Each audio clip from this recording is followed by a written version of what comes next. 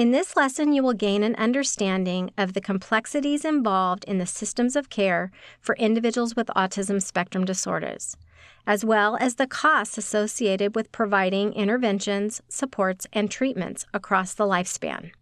The value and benefits of early intervention will also be shared, as well as some of the research-based programs currently being developed for very young children with autism.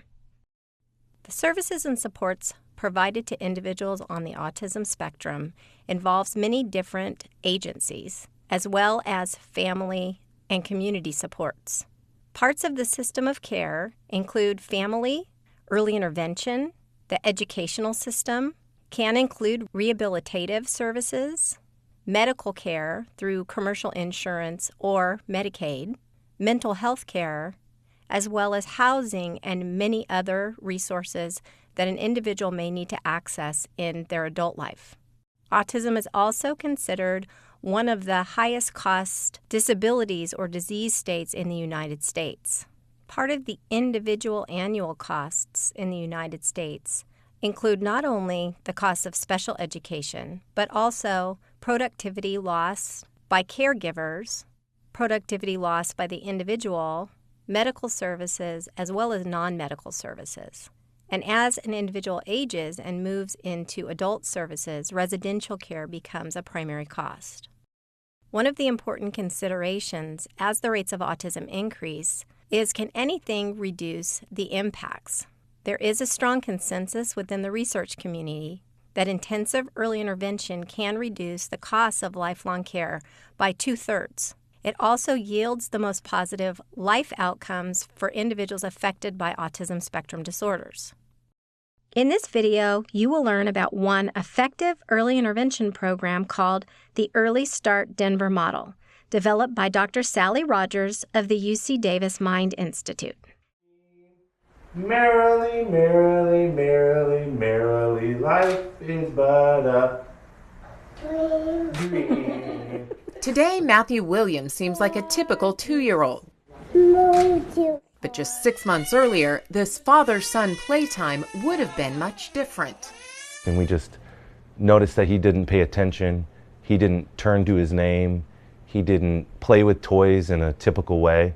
Unlike his twin sister Morgan, Matthew didn't speak. Instead, he expressed his many emotions and frustrations with outbursts and tears. So on their pediatrician's recommendation, Mark and Marcella Williams took their son to the UC Davis Mind Institute in Sacramento, where their suspicions were confirmed. I kind of in the back of my mind always knew there was something not quite right, and it possibly would be autism. But when you hear it, it's a different thing. We just kind of get concerned with what it could mean. Like, is he going to be normal for the rest of his life? And, what kind of things are really going to affect him down the road? Is he going to be, like any other kid? Autism isn't typically diagnosed until a child is older, but doctors recognized many of the risk factors in Matthew, including a lack of communication, a narrow range of interests, and unusual repetitive behaviors. Experts here at the Mind Institute diagnosed Matthew as at risk for autism and considered him a good candidate for a promising new treatment called the Early Start Denver Model.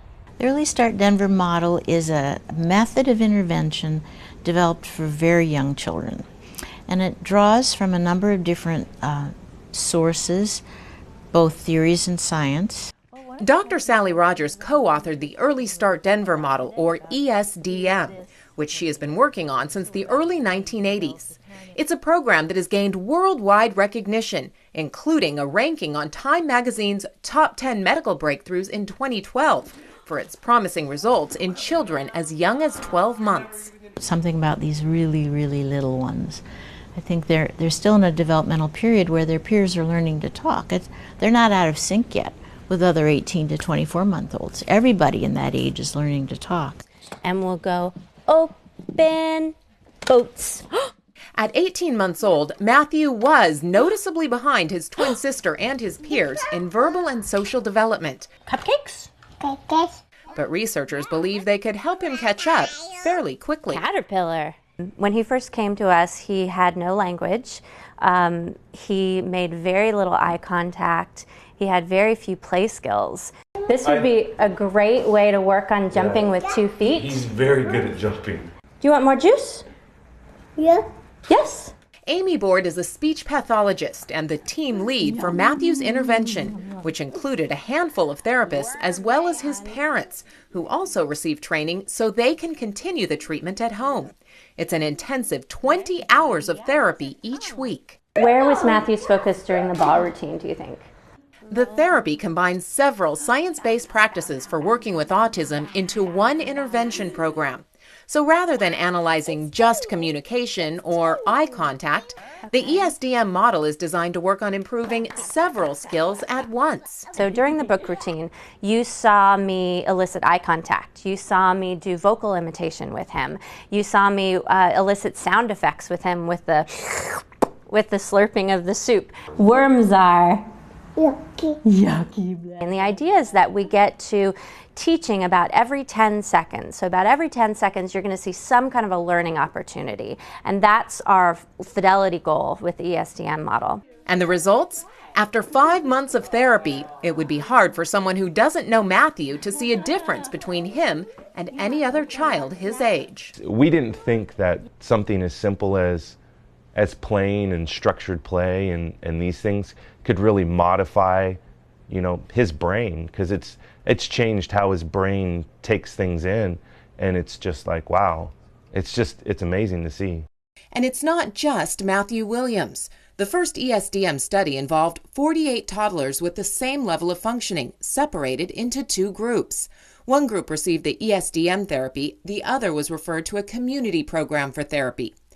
After 2 years, the children in the ESDM group had an average IQ increase of 18 points. The other group increased only 6 points.